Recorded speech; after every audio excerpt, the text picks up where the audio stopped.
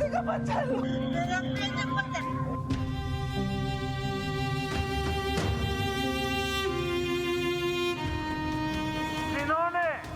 ये हमला किया है उन आतंकियों को और इस हमले की साजिश रचने वालों को उनकी कल्पना से भी बड़ी सजा मिलेगी।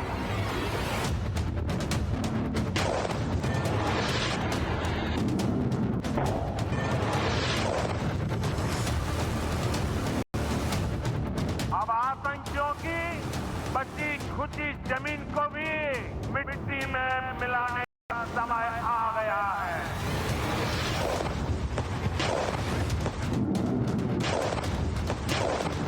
इन नरेंद्र मोदी सरकार है, किसी को बख्शा नहीं जाएगा। हर व्यक्ति को चुन चुन कर जवाब भी मिलेगा, जवाब भी दिया।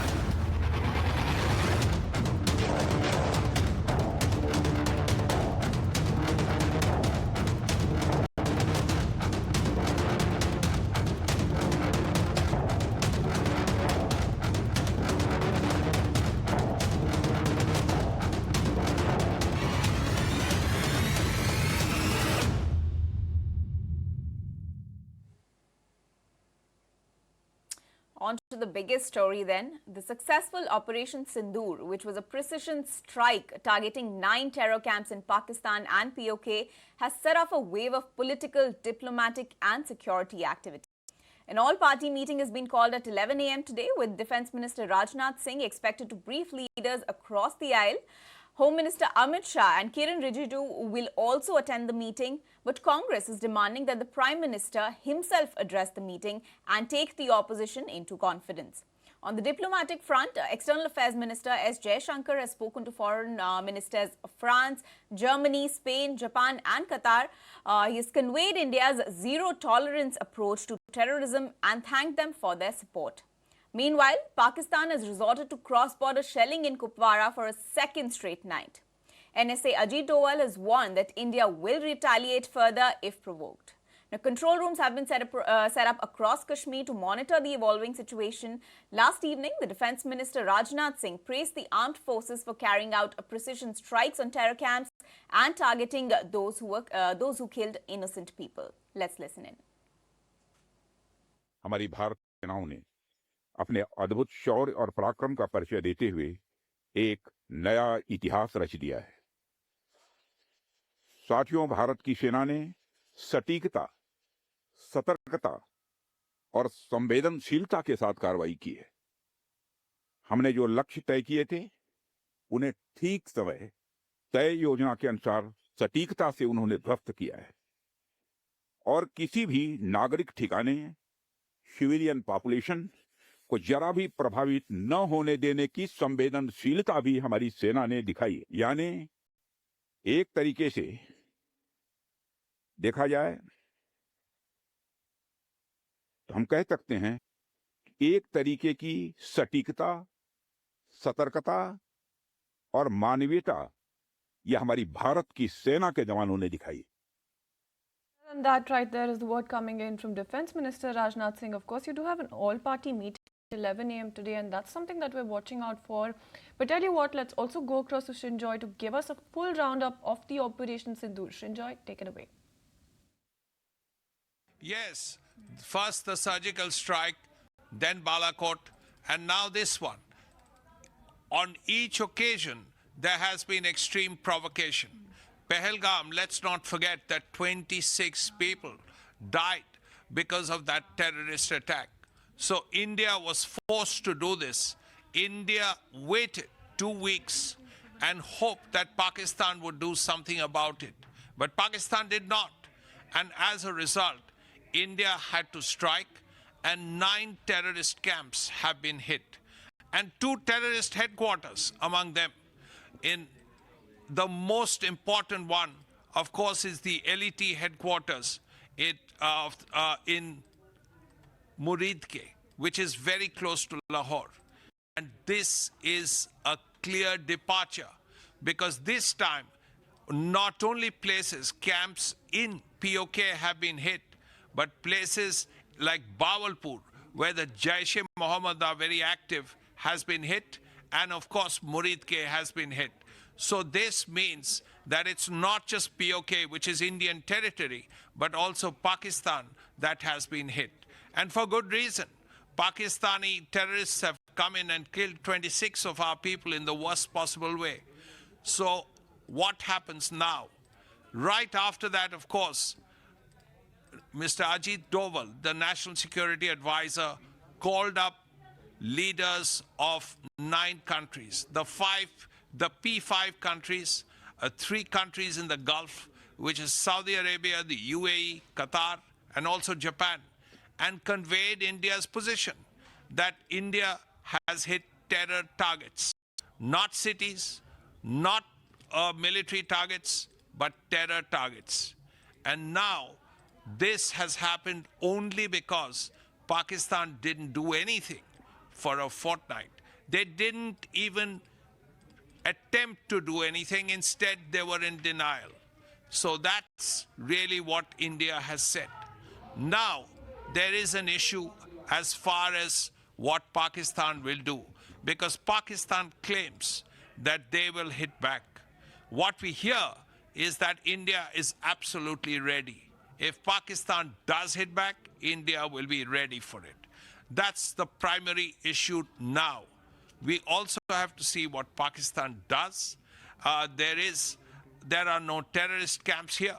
So if Pakistan has to hit anybody, it will either have to be a military target or something in infrastructure. And this is something the world will not be very happy about. But now we have to see what Pakistan does and when Pakistan attempts to do it, if it actually chooses to. All right, then India is ready to hit back if provoked. Now, moving on, my colleague Yavar Bhatt has been tracking all the developments and the security measures in the region itself. Let's go across to him. Yavar, what is the latest that you're picking up? In view of prevailing situation and the border tension escalation, the authorities have ordered vehicles to dispatch to the Baramulla, and right now we are reporting from that particular place where thousands of the vehicles have been dispatched, and it is in view of the prevailing situation. The authorities have also directed several private school heads in Sopore and Baramulla to immediately dispatch their school buses to Degree College, Baramulla. And since yesterday, these buses are stationed here, and we have been given the understanding that the authorities have also ordered to send buses, including many of the schools, many of the private, agencies affiliated with the transportations, so as the small and heavy vehicles are parked here.